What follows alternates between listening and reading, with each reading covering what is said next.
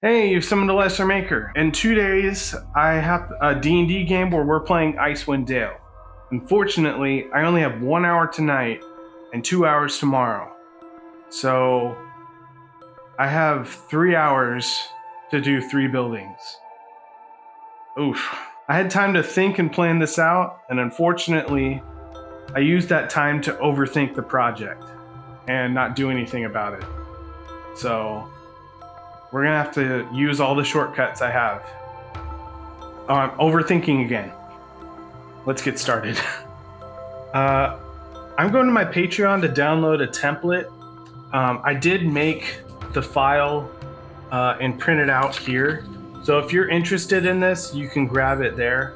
But I need to speed up the process here. So I'm gonna laser cut some of these, and hopefully that will save me some time. All right, so I laser cut these pieces, and we're gonna just kind of speed through the process from start to finish, showing you every step. Laser cutting the pieces definitely helped out with these timbers. The laser cutter is really great for these delicate pieces that are almost impossible to cut out by hand.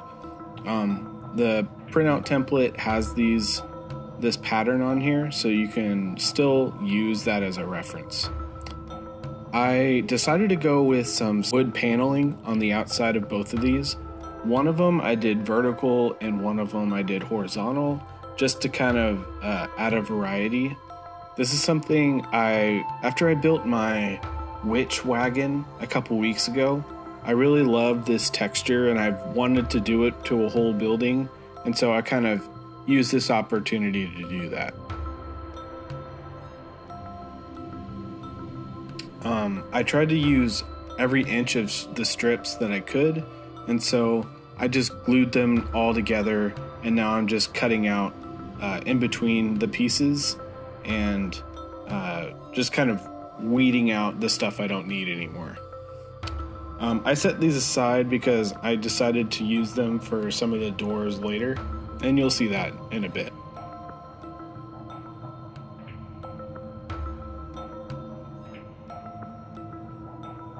When cutting these pieces out, I just tried to keep it really flush to the edges.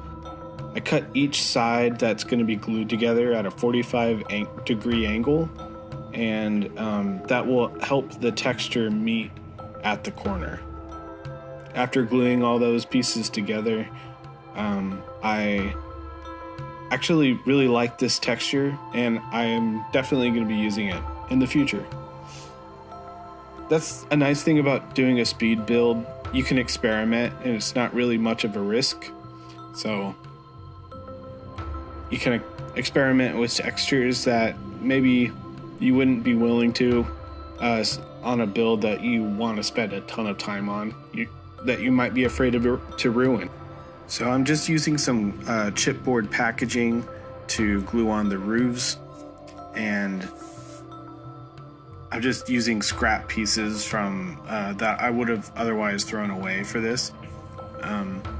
Later, I do a matte varnish over all these roofs to make sure that the snow that I lay on top of it doesn't absorb and warp the whole build.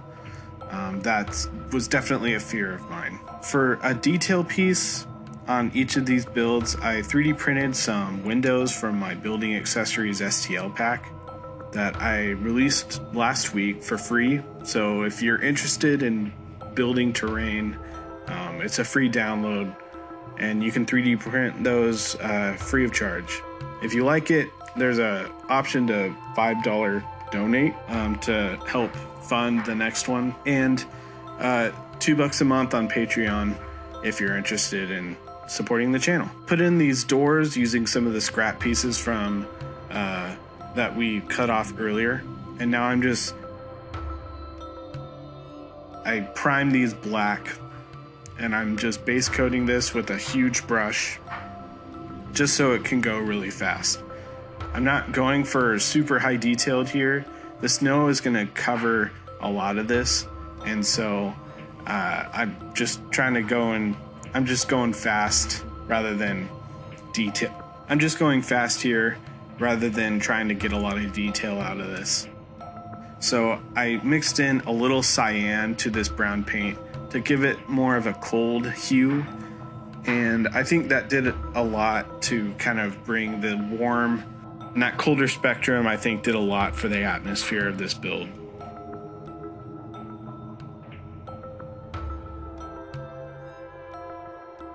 All right, unfortunately, I don't have time to make shingles, so we're gonna be covering the roofs with snow.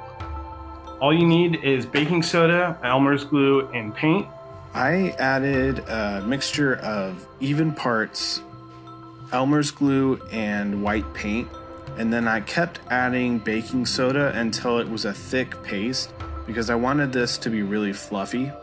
And then I just stippled from the bottom up with all this snow, and it looks really great. I've never mixed this at this big of a quantity before, so it's a little inconsistent because I'm just out of practice and I've never really used it like this at this huge quantity before.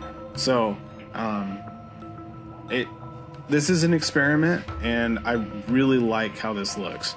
Unfortunately, white, and this looks really great in person, but because it's white, it really just blew out the camera, and that I feel kind of bad about, but I just didn't notice it till after.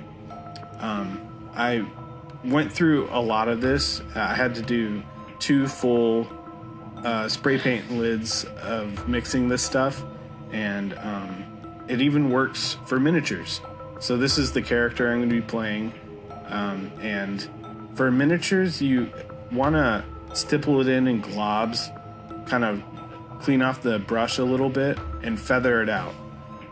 So for the sides of these buildings, I kind of dry brush it and stipple all the snow to kind of make it look a little fluffier and wind wisped onto the building rather than snow directly onto it. And it turned out really great. Real quick, I'm just going to thank my Patreon members: Leroy, Moonbad Fetter, Caracal, Old School FRP, Burning Heart Custom Creations, James, Anders, Hanover, and Grim Drunk is our newest patron, and what a great name. Thank you guys so much for supporting the channel. It really goes a long way to making these videos and making the STL packs like we did last week. So check that out if you haven't yet, and thank you so much for watching. I really appreciate it. Let me know what you think about this build. All right, have a good one.